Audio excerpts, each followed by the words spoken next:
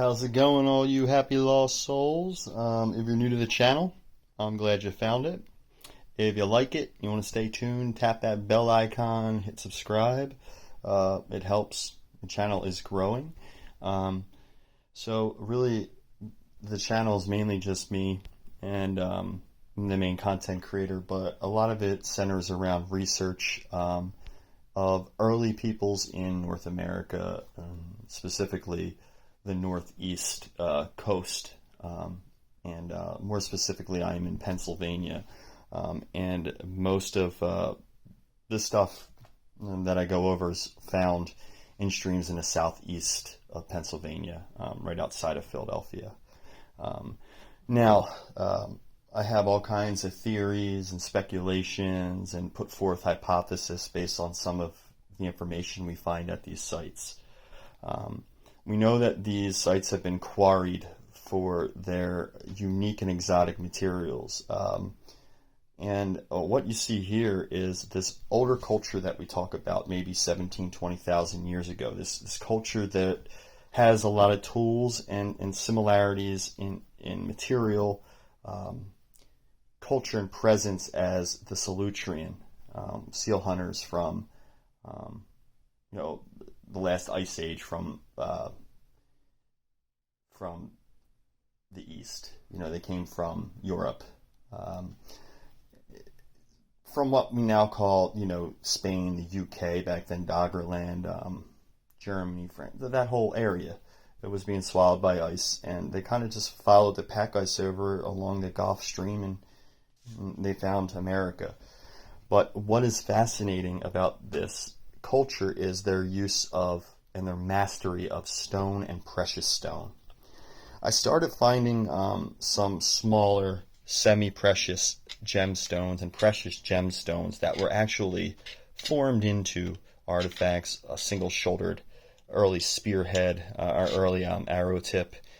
These are all aluminum oxide. Everything you see here is aluminum oxide or corundum, and aka sapphire, ruby, and emerald. And corundums form, four-sided shapes or six-sided shapes. And sometimes you can still get them while they're faceted. So right here is what we would consider a black or a shimmer sapphire. And you can still see the faceting, how it's trying to maintain that six-sided shape. Very, very neat. Now, this material is, right under diamonds on the hardest natural materials. Now, it is many, 1,000 times less hard than diamonds, but still, it goes, topaz, it goes granite, topaz, or topaz, granite, and garnets, and then it goes to corundum, and then diamond. They're your abrasion instruments for cutting other stone, your hardest material. Now, being into geology and having a geological background, I could identify like some of the ruby, like a red corundum. A red corundum is known as a ruby, and depending on the color, so we know that rubies, sapphires, all this is aluminum oxide, aka sandpaper, because it's so good at abrasion and cutting because of how durable it is. We find exquisite or unique examples of these. We call them sapphires, rubies, and this is an extremely rare type of sapphire right here. Now, this got mistaken before as like a copper ore or copper ingot, but this is actually a star sapphire. And it's a type of sapphire known as a gold sheen sapphire. And you can really see the sapphires in the matrix of different sapphires. Now, how it gets these beautiful greens and these amazing different colors and different bands and this goldish copperish hue is different trace metals. While the aluminum oxide crystal is forming, different trace metals will turn the aluminum oxide to different colors. Pure aluminum oxide is crystal clear to like a dullish to white in color. And then you get a lot of, if you get a lot of sulfur in the area mixing in, or sulfides, you can get like a lot of yellow sapphire.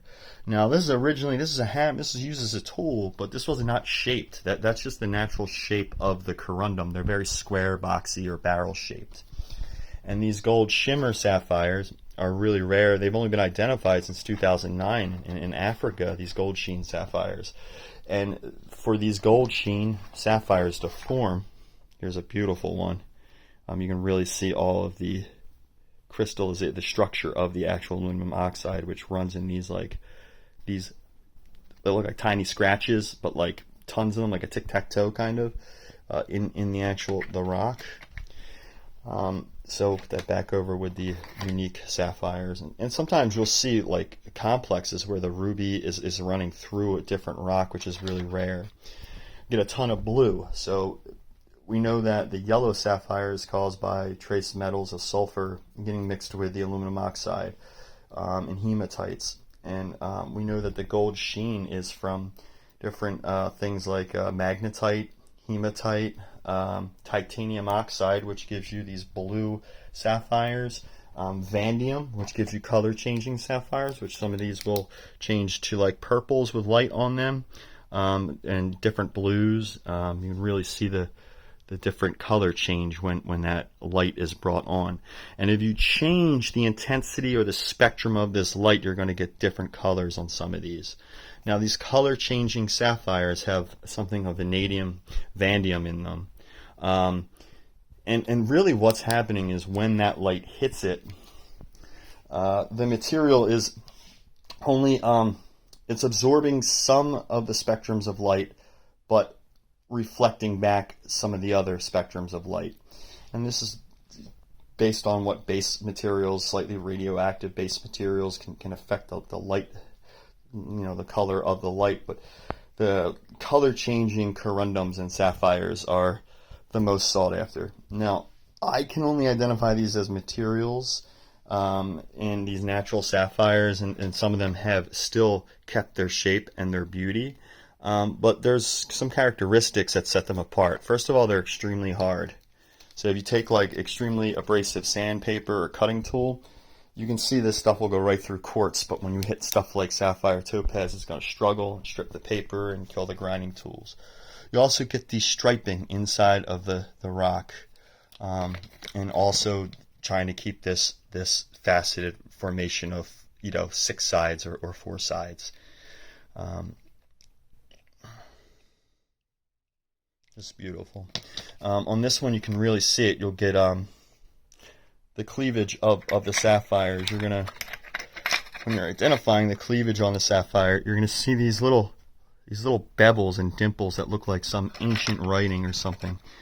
This is the cleavage of the crystal, and sometimes you'll get starring. And on this, you can see the starring, these points that are forming in the crystal matrix here, and these inclusions that come together and crisscross. But you'll see these teeth in the sapphire a lot on the edge there. And this one's really cool because it'll change to like a purple, go from like a dark slate blue to a purple, and so is this crescent shaped one back here, which is very star-like on the back. You can still see that starred inclusion in the back of the sapphire there. And some of these are really neat because it's more like a matrix. You can really start seeing the stuff in there, like the sapphire. But again, I don't want that to fall. But again, we see what's crazier is this older generation was shaping tools out of the sapphire, and they're shaping little amulets, little animals, little effigy stones. But these little blades that are made out of yellow sapphire, and sapphire is opaque. So when you put light on it, light's going to go in. It's going to hold the light inside of it. It's not going to go all the way through. And again, you see they carved the snapping turtle head into a piece of yellow and red corundum. Red corundum again being more of a ruby. So, and how you get the red color is by chromium. And if there's chromium in the area, and also different types of mercuries, you're going to get these reds, these beautiful red rubies as we know. And what's fascinating about this ugly hunk of slab over here is this is a massive ruby. This is a massive rough corundum. They're going to be heavier than your other stones by a substantial amount. They're going to be reddish. They're going to have these color changing properties. You're going to see all that blue and that sapphire in there. And you can see the blue stripe that's running through this giant corundum or ruby, which is mainly red and blue. And I have other red and blue two-tone ones. I don't know, that one's in the other room. That's really fascinating. It's a different color on every side. But yes, these corundums, this has the potential to be one of the largest rough rubies ever found, ever. I think it's over 2.5 pounds, that thing. But all these very unique corundums, there's black sapphire, which doesn't really have a lot of value. That becomes our sandpaper most of the time. It's yellows and browns. You'll get these like barrel shapes a lot of times. And what that is it was most likely six-sided, a hexagon, and it got tumbled and washed in the creek until it softened. And as you can see with this beautiful, I guess we call it a planchetted sapphire. It's like a yellowish, reddish pink. I don't know if they would classify this quite as red, but this one very clear for rough sapphire. This could have a lot of value to it. And this beautiful color that we get. And you can also still see that diamond shape that it tried to keep, and it got chipped off there. And a lot of times when they get tumbled and chipped off, they'll lose some of their edges or it'll round out. But you could see how hard, you could see the crystal cleavage, those little pores that kind of look like weird writing, squiggles all on the surface. And this is all aluminum oxide or sapphire and ruby. And some of them, they're just very, very pretty. And you get like a better gem light and stuff on, you can really, really see the color transformation on some of this stuff.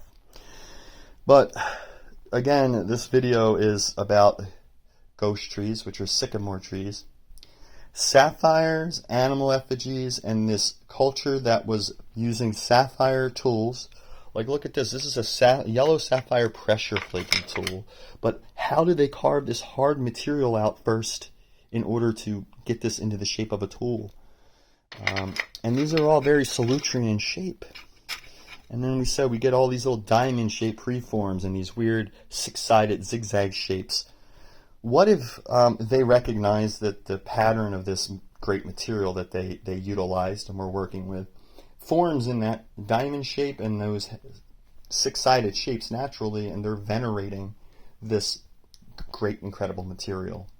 What's fascinating is these older, tinier, like this is color-changing sapphire right here. These tiny little sapphire points, and this got a little rounded off, but it's got the little shoulder on it. The flaking got a rounded sapphire knife. This is a beautiful blue sapphire. Still, you can still see the corundum formation around it. You get these yellow sapphire, like snapping turtles or beavers or side profiles of bears. That looks like a hog-nosed bear in this yellowish sapphire that's very pale, with this eye right there and the snout. You see two sapphire knives, yellow sapphire knives, here and here. And these are both Solutrean in design. It's a very Solutrean style sapphire blade. You can even see where the finger grip is carved out so you can press down on this front end. The question is, what did they use to shape the sapphire? And the sapphire has to be, even when we cut it modernly with a faceting machine, like with a big cutting wheel, it's more of a grinding and polishing to cut it than it is, cutting, because you're not really going to cut through it with a wheel. Now, if you have a really good lapidary saw, diamond lapidary blade, you can get through it. If you're polishing and cutting it with certain synthetic or man-made materials that are harder than sapphire, the one that comes to mind is like what we use for our cutting wheels for masonry, which is it's carbide, silicate carbide mixture. It creates like this crazy, advanced polymer that is harder. It's like 9.8. It's harder than sapphire. It's up near diamond. You can use this, but because it's very close to the same hardness of sapphire, it kind of is great for polishing. But you'll go through these tools in like 5-10 minutes on a rotary tool. So you need to really get diamond if you're going to cut or shape the sapphire into anything, or just polish for a long, long, long time. But it didn't seem like the generations of people that came upon these quarry sites way later on, like we'll say what we consider as the Clovis culture, 13,000 years, stumbled across these quarry sites. You could see they try to pick up some of the sapphire they just don't want to work with. It's too hard. Can't really do much with it. So they either move on to another material, or it's just left there, or it's venerated. Now these sites also contain these ghost trees or sycamore trees, which are very sacred. They're in the Bible. Certain species of them are in the Bible. But really they made canoes and dugouts out of these. So it seems like these are production sites. And sycamore trees in the Northeast grow along creeks because their seeds will float down the water. The tree can also bolt. It can grow by a branch falling off of it, sticking in the ground and growing. Sycamore tree can grow in a desert. It can grow in a swamp. It can grow in a lake. It can grow out of a road. It can grow anywhere. The plant itself did have some medicinal qualities to it. I'm not going to get into all that right now because there is some toxicity involved with the sycamores in the Northeast. But these sites have been used at least from 100,000 years ago forward. And I don't care what anybody says, what any hater, what any paradigm policeman says. Anybody wants can call me a snake oil salesman. I'm not selling you anything. I'm simply showing you what I find, bringing it forward, and putting theories out there. I had no idea who these people were, where they were from. I can only tell the patterns in which I derive from the material and evidence in the finds. To work the other way around, to try to fit a theory into what you find is ass backwards. And it's kind of what we broke our backs on in North American archaeology. Now, there's a lot of suppression and cover-up to protect agendas and storylines and to keep a paradigm in place that there was nothing going on here past 13,000 years. These Solutrean quarry sites, and we can see a very old blade, much older than Clovis, non-fluted, but pressure flaked on the sides, keel hauled on the bottom, very triangular. These diamond shapes, these irregular diamonds, this diamond type shape, this kite shape here, rhombus type shape, this is all Solutrean. These tiny little cutting edges, all Solutrean. This scalpel-like knife, Solutrean. Pressure flaking tool made out of solid yellow sapphire, Solutrean. And I mean, this type of material would crush any other material. And it kind of leads me to thinking about, it's probably why they needed all these weird hammers, grinding tools, things like this. Composed of granites, of carbonites, of different, extremely abrasive cutting materials. You put a little grease and water and sand on this stuff and you rub the rock on it over and over again. You got yourself like an ancient faceting machine almost, where you can cut these sapphires down. But the time and craftsmanship in making these, semi-precious gemstone points would require a ton of time. It kind of would lead me to think there wasn't a ton of conflict, that this is a peaceful time. And it would lead me to believe that the people that were most holy and venerated in their society were these master stoneworkers. And it really seems like these sites are centered around these aluminum oxide deposits, or sapphire and rubies. And oddly enough, the largest known area in the United States where decent ruby and sapphire specimens come from is Maryland. And it's just a little bit more south of where I'm at and a little more west, and we're on the same exact fault and the same exact deposit. And these are created almost by like underground voids or caves that would be under the creek that are being heated by a thermal vent under that. The area has to be completely free of silicates, quartzes, things like that for the aluminum oxide to form. If there's silicates, it can't form. Anyway, I don't know if there's any like rough stone experts out there or rough gemstone experts that could tell me if any of these rough rubies actually are unique and have some value. I know that these ones do, of course, but if any of these are clear or cool enough color or have enough quality to be worth something as rough stones. Again, all these corundums are in these sites naturally. Some of the corundums and some of it was worked into artifact, into tool, by a culture much older than the Clovis, by a culture resembling the Solutreans. Anyways, subscribe. If you hate it, then don't. People leave great comments. People leave terrible comments.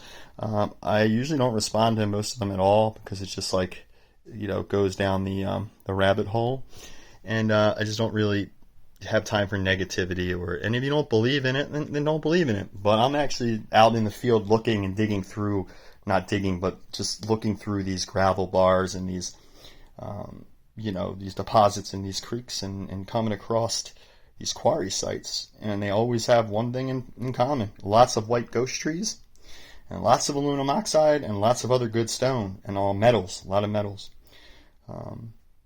Because for all these aluminum oxides to have these beautiful different colors, like I said, we need chromate, chromium, we need titanium oxide, ilmenite, laminate, all these different materials to make all these different colored corundums. But anyway, please subscribe. It'll be this video, and there'll be another one that's longer that has like a more like structured video clipped onto this. That's more just photographs and narration. But anyways, like I said, please subscribe. Again, if you guys find similar stuff, that's awesome. And don't think you're crazy, because this stuff is all over the place. A lot of activity going on in the Northeast. Especially the older stuff's you're really gonna find the older stuff, the old Ice Age stuff, in the middle of Pennsylvania and south, because everything above that was a 2-mile thick ice sheet. So your first human occupation 20,000 years ago, 17,000 years ago, was going to be right when that ice sheet stopped. So yeah, central Pennsylvania was the North Pole then. Pretty fascinating, right? Anyways, like I said, please subscribe. If you don't want to, don't. But if you do, thank you so much. And just be a happy lost soul. Love y'all. Peace out.